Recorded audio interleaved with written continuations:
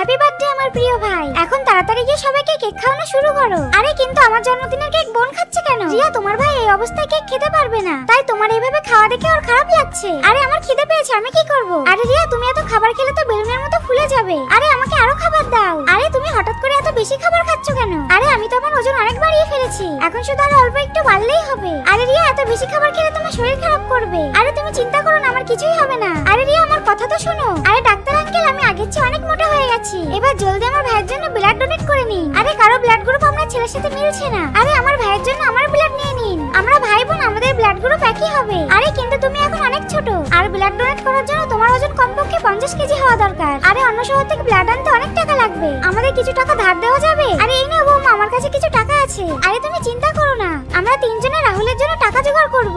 আরে ভাই আমি এই সবকিছু তোমার জন্যই করেছিলাম, কিন্তু যারা আমার চ্যানেলটা সাবস্ক্রাইব করবে তাদের মা বাবা যেন অনেক দিন বেঁচে থাকে।